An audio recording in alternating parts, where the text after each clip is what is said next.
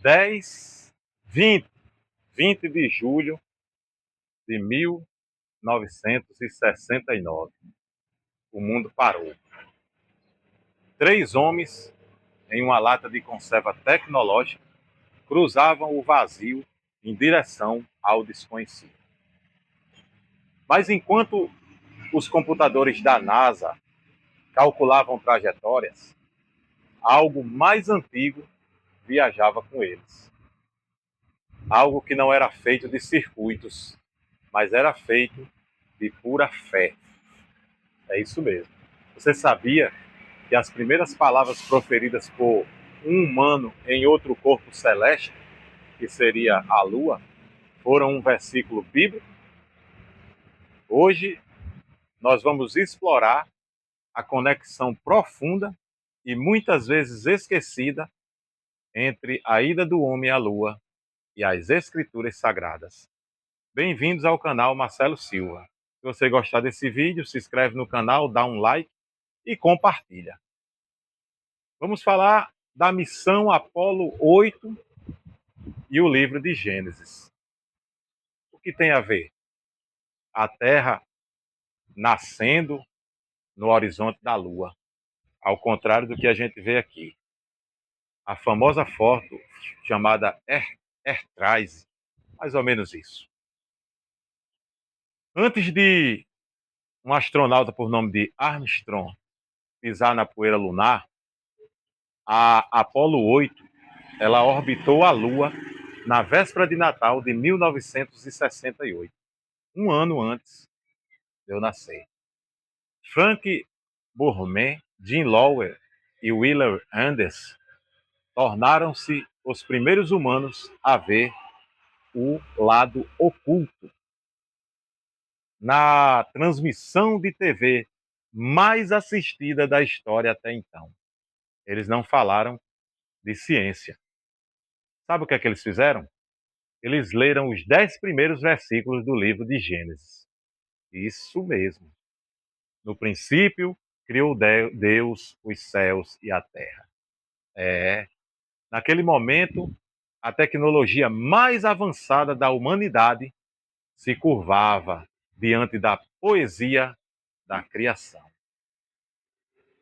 O impacto ele foi tão grande que a NASA foi processada por ateus. Pode acreditar nisso. Mas a mensagem ela já tinha ecoado pelo cosmos. Oh, glória! A comunhão silenciosa de Buzz Aldrin. Sabe quem é Buzz Aldrin? Olha, Buzz Aldrin ele tem a ver com o módulo lunar Eagle e também tem a ver com elementos de uma ceia, pão e vinho. Você ficou curioso? Comenta aí embaixo se você ficou curioso para saber sobre isso. Olha, poucos sabem, mas o segundo homem a pisar na Lua se chamava Buzz Aldrin. Era um astronauta. Ele levou consigo um pequeno kit de comunhão. É isso mesmo. Logo após o pouso, antes mesmo de sair do módulo Eagle, Aldrin pediu um momento de silêncio pelo rádio. Imagine só, ele abriu um pequeno recipiente de vinho, pegou um pedaço de pão e leu o livro de João, capítulo 15, no versículo 5. Ele diz assim: eu sou a videira, vós as varas. Ele leu isso na Lua. No silêncio da planície lunar, a primeira ceia foi celebrada. Já pensou nisso? Foi um ato de humildade, o reconhecimento de que, mesmo alcançando as estrelas, o homem ainda precisa do seu Criador. Meu Deus! O Salmo 8 e o retorno de James Irving. O que será que isso tem a ver? James Irving, outro astronauta, esse da Apollo 15, um Jeep lunar. Irving, pregando anos depois, né? Ele virou pastor. Ele disse assim: a Lua mudou os homens. James Irving era da Apollo 15. Ele disse que sentiu a presença de Deus de forma tão tangível nas montanhas lunares que sua vida nunca mais foi a mesma. Ele frequentemente citava o Salmo 8, que diz assim: quando contemplo os teus céus, obra dos teus dedos, a lua e as estrelas que estabeleceste, que é o homem, para que dele te lembres. É isso mesmo.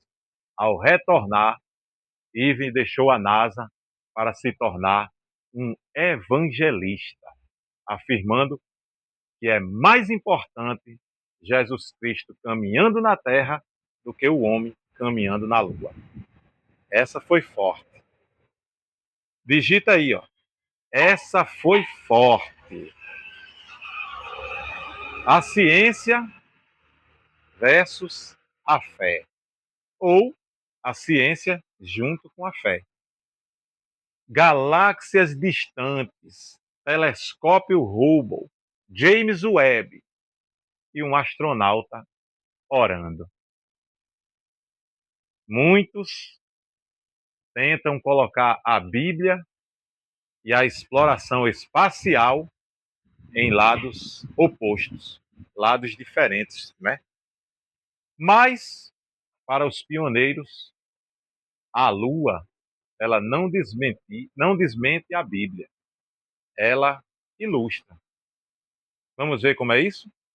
Vê a Terra como uma bola de gude azul, uma biloca, como é chamada aqui no Nordeste, suspensa do nada, exatamente como descrito no livro de Jó, um livro bastante antigo, no capítulo 26, no versículo 7. Diz assim lá, ó, ele suspende a terra sobre o nada. Trouxe uma perspectiva espiritual nova. A conquista da Lua não foi apenas um triunfo da engenharia. Se a gente vê bem direitinho, foi um encontro do homem com a sua própria pequenez perante a imensidão projetada pelo Criador. Se você analisar desse ponto de vista, você vai ver que isso é verdade. Conclusão disso tudo. Vamos olhar para cima. O pôr do sol, alguém olhando para a lua hoje. É isso aí. A próxima vez que você olhar para aquela luz prateada no céu, lembre-se, deixamos pegadas lá. Deixamos bandeiras e deixamos máquinas. Quando eu digo deixamos, nós humanos, né? Mas tem uma coisa importante. Também levamos orações, levamos versículos e levamos principalmente uma busca incessante por entender o nosso lugar no universo.